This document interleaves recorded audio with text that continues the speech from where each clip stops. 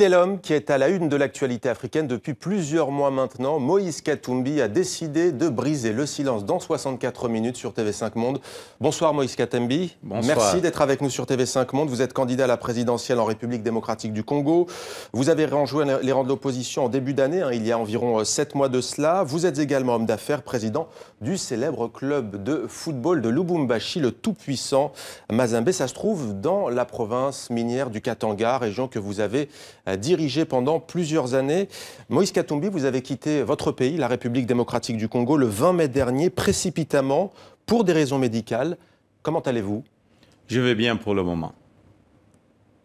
De quoi souffrez-vous? Vous savez, j'ai eu des problèmes quand j'étais à Lubumbashi parce que j'étais convoqué par le tribunal de Lubumbashi et j'ai eu 3 jours d'audition. Le dernier jour, j'ai été agressé par les policiers congolais qui m'ont piqué même une piqûre. Il y a eu des policiers qui voulaient même tuer mon grand frère qui était à côté de moi. Ils m'ont confondu avec mon grand frère et j'ai eu un problème de respiration aussi. J'ai été acheminé à l'hôpital et le gouvernement ne voulait pas suivre le rapport de médecin, de mes médecins traitants à Lubumbashi. Ils ont envoyé leur propre médecin légiste pour qu'on puisse m'autoriser d'aller à l'étranger. Et ils m'ont autorisé. Il y a eu un communiqué du procureur général de la République m'autorisant de sortir et d'aller continuer avec les soins dans un centre approprié. Quand vous dites une piqûre, ça laisse penser éventuellement à un empoisonnement. Est-ce que c'est une piste plausible selon vous? Vous savez, j'ai eu une infection dans le sang à cause de cette piqûre. J'avais des douleurs énormes. Et en plus, j'ai eu le résultat d'un laboratoire de l'Allemagne. Et j'attends aussi le résultat d'un laboratoire de l'Angleterre. Je viendrai vous voir et je vais montrer à la population congolaise et au monde entier ce que notre gouvernement est en train de faire à ses propres enfants. Alors vous avez été condamné, Moïse Katumbi, à 3 ans de prison ferme récemment dans un litige immobilier. Vous avez aussi été inculpé pour atteinte à la sûreté de l'État. La justice congolaise vous accuse d'avoir recruté des mercenaires, notamment américains. Que répondez-vous sur ces 2 affaires? Vous savez, c'est d'abord de fausses condamnations. On veut seulement nuire à la personne de Moïse Katumbi parce que la maison sur laquelle on m'a condamné, d'abord, on n'avait pas le droit de me condamner parce que moi, j'étais sorti légalement avec une autorisation du procureur général de la République. Il y a une citation directe à mon absence et j'étais condamné par défaut. On a même refusé à mes avocats de siéger. Donc, ce n'est plus la justice dans notre pays. La justice, malheureusement, est inféodée. Mais les gens doivent faire très attention parce que le jour qu'il y aura la première alternance, le 19 décembre 2016, je porterai plainte. Et là où il y aura quand même un état de droit pour que ces gens qui sont en train aujourd'hui d'induire la justice dans des erreurs énormes soient aussi condamnés. Alors sur l'affaire immobilière, vous dites pour vous défendre que c'est la maison dans laquelle vous avez grandi depuis votre enfance, au fond. Elle appartenait à votre grand frère, donc vous vous dites innocent. Concernant cette fois cette affaire plus politique, disons entre guillemets, sur cette affaire de recrutement présumé de mercenaires, que dites-vous? Vous savez, la maison, c'est une maison qui appartenait à mon grand frère. J'ai été dans cette maison à l'âge de 6 ans. Le titre est encore intact. Si le soi-disant grec devait porter plainte, c'était à mon grand frère. L'affaire de mercenaires, est-ce qu'on a montré les activités de mercenariat dans notre province? C'était une façon de nuire à ma personne et aussi une façon de dire que Moïse Katumbi ne sera plus candidat à la présidence de la République. Je suis candidat parce que c'est des fausses accusations. Je vais rentrer au pays parce que le combat que j'ai, c'est un combat pacifique pour la première alternance au pouvoir dans notre pays. Juste une question quand même sur cette question des mercenaires. Vous serez bientôt aux États-Unis. Il y aura dans cette réunion, cette table ronde, il y aura le James Logan Jones, ancien conseiller à la sécurité de Barack Obama, qui lui-même préside la société de sécurité, qui vous fournissait les gardes du corps. Vous savez d'abord... Est-ce qu'il n'y a pas un conflit d'intérêts? C'est une honte d'abord. Tout le monde connaît le général Jones. J'ai eu un consultant parce qu'on m'avait retiré la sécurité. On a voulu kidnapper mes enfants à l'école. Il y a eu un accident contre moi. On veut éliminer Moïse Katumbi. Et je suis allé demander au général John si comme il avait une société de sécurité, pour m'envoyer un consultant. Et on a arrêté le consultant qui était à Lubumbashi. Le général Jones, ce n'est pas un mercenaire. C'est la moindre des choses. Les gens qui ont fait ces rapports, ils ont induit le gouvernement congolais et dans des bêtises énormes parce que le général Jones, tout le monde le connaît, il n'a pas travaillé que pour la sécurité du président Obama. Il était le patron de l'OTAN, il était commandant de la marine, c'est quelqu'un d'intègre. Ce n'est pas à Washington qu'on recrute les mercenaires. Alors quand est-ce que comptez-vous rentrer en République démocratique du Congo? Parce que le parquet congolais avait dit vous pouvez partir pour recevoir des soins à l'étranger, mais vous étiez astreint au silence, c'était la condition. Est-ce que vous allez rentrer prochainement au pays? Vous savez, j'étais d'abord condamné. Si le parquet devait respecter ce que le parquet avait dit, d'abord le parquet devait respecter sa propre parole, soi-disant que je venais pour le soin. Le même parquet qui m'avait autorisé m'a condamné injustement. Pour moi, c'est une fausse condamnation, c'est pour intimider Moïse Katumbi. Ils se sont trompés de cible parce que je veux rentrer au pays et je suis candidat à la présidence de la République.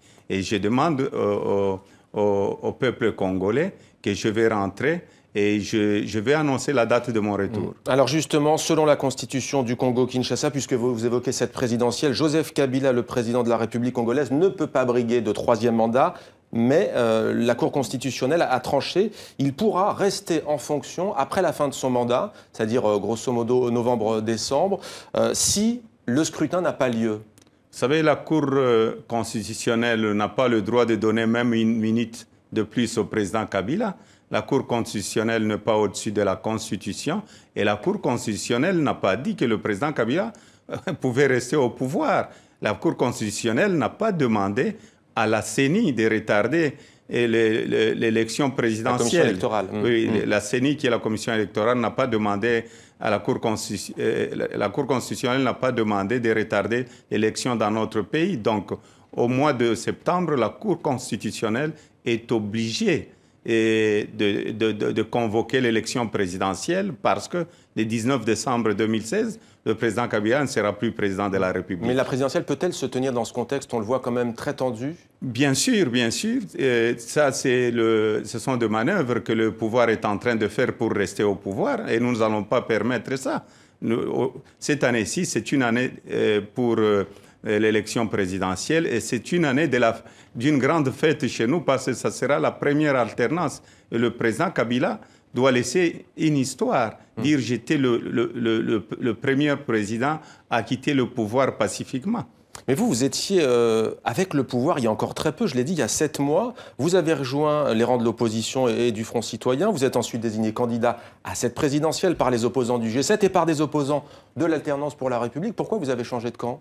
Vous savez, j'étais dans la majorité présidentielle. J'étais dans la majorité présidentielle. Si le président Kabila allait respecter la Constitution, j'allais rester dans la majorité présidentielle. Parce que vous savez, la Constitution, c'était un consensus. Personne n'avait gagné la guerre. Donc, on était obligé de respecter cette Constitution.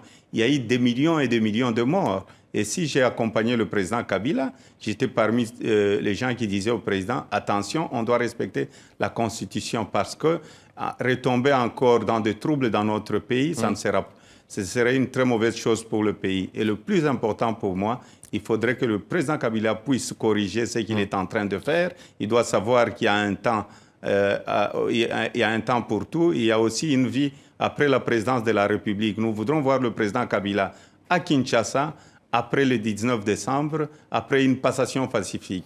L'opposant historique Étienne Tshisekedi, à qui l'on posait récemment la question suivante, pensez-vous que le candidat à la présidentielle Moïse Katumbi ferait un bon président de la RDC?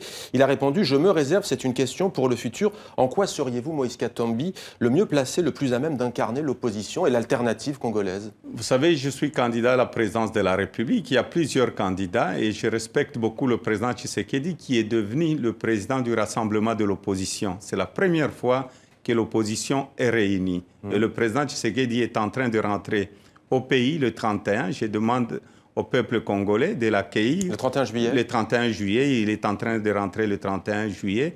Et le président Kabila doit voir comment est-ce que le président Tshisekedi sera accueilli, parce que les gens dans la population congolaise aujourd'hui, c'est qu'elle cherche la première alternance. Donc si je le répète encore, je ne serai pas intimidé, je vais rentrer au pays, je suis candidat. Et quand je rentre au pays, c'est parce que j'ai un programme en tant que candidat. Alors justement, on va parler du programme et de la politique concrètement. Moïse Katumbi, on précise qu'Étienne Tshisekedi est en Belgique. Vous annoncez donc son retour pour le 31 juillet. Vous avez gouverné une province très riche, le Katanga, pendant près de 9 ans. Si vous deviez nous donner sur TV5 Monde une action concrète que vous avez réalisée pour le bien-être des habitants de cette province, quelle serait-elle? Il y a plusieurs actions que j'ai réalisées. D'abord, l'éducation des enfants. Quand je suis arrivé, il y a 300 000, j'ai trouvé 300 000 élèves sur le banc de l'école. Quand j'ai quitté, j'ai laissé 3 600 000 élèves. Donc, l'éducation des enfants. Et les routes aussi. J'ai trouvé une province où il y avait plus de routes. J'ai asphalté plus ou moins 1500 km de routes pendant mon mandat. La Belgique avait laissé au Katanga 450 km, mais j'ai fait 1500 km et j'ai construit le plus grand pont en béton sur la rivière Lualaba, en allant en Kolwezi. Ce qui est très important d'un point de vue économique. C'est une région riche en ressources minières. C'est à la fois une chance et certains disent une malédiction pour votre pays, le Congo. Beaucoup, en effet, disent que votre pays est pillé de ses ressources minières. Quel est votre point de vue à ce sujet? Vous savez, c'est une chance d'être congolais. Mais aujourd'hui, la population est très pauvre et vous avez raison. Quand je suis arrivé, j'avais une vision. J'ai trouvé la production du cuivre à 8000 tonnes l'an. Et je suis passé de 8000 tonnes l'an à 1 300 000 tonnes l'an. Et pour vous donner aussi un autre exemple, la douane qui faisait 1 200 000 $ le mois, donc qui faisait plus ou moins 18 millions de dollars l'an. Et avec la douane, je suis arrivé à plus d'1 milliard de dollars l'an. Donc il y a des ressources, il y a des recettes, ça doit être bien canalisé. Et c'est pourquoi nous voulons la première alternance pour que les gens puissent redonner confiance à la République démocratique du Congo. Nombreux sont les Congolais qui ont perdu leur emploi, leur travail justement à cause de la chute du cours des matières premières, notamment des minerais dans cette région. Est-ce qu'il ne faut pas, et que comptez-vous faire pour être moins dépendant justement de ces ressources? Vous savez, quand j'étais gouverneur, on dit gouverner c'est prévoir. J'avais parlé aussi de l'après-mine. J'avais déjà dit qu'il fallait qu'on puisse commencer avec le cuivre vert qui était l'agriculture. Parce que si le gouvernement prévoyait tout ça, on devait d'abord prévoir réserver de l'argent, aller dans la diversité, faire autre chose et ne plus dépendre que de minerais. Et aussi, le pourcentage, si vous voyez sur le prix, je crois que c'est plus ou moins 15%. Mais si vous voyez, la crise, elle est tellement totale parce qu'on pense comme le Congo, c'est un grand pays très riche. Il n'y a pas que le minerai, il y a le tourisme qu'on peut développer. Il y a plusieurs choses. Et bien canaliser nos ressources. Le tourisme notamment avec le célèbre parc des Virunga au Congo-Kinshasa. Comment pacifier, Moïse Katumbi, définitivement votre pays qui est aujourd'hui à la source de beaucoup de conflits? Il y a notamment les deux Kivu, Nord Kivu, Sud Kivu. On a beaucoup parlé récemment, notamment sur TV5 Monde, des massacres de Beni. Que faire? Vous savez, d'abord, il faudrait bien payer les militaires, bien payer les fonctionnaires. Et en plus, cette guerre, c'est devenu le business de quelques officiers. Parce que, si vous regardez, quand il y a eu la guerre à Goma et un peu partout, vous aviez vu qui construisait Goma. C'était des officiers. Qui mouraient, c'était nos militaires. Donc, le plus important pour nous, c'est de redonner confiance et le respect au peuple congolais. Et tout est possible. Cette crise peut se terminer dans 3 mois. Les gens sont là parce que, vous savez, c'est l'argent pour l'armée, on doit voler cet argent. C'est de l'argent, on est en train de piller le pays.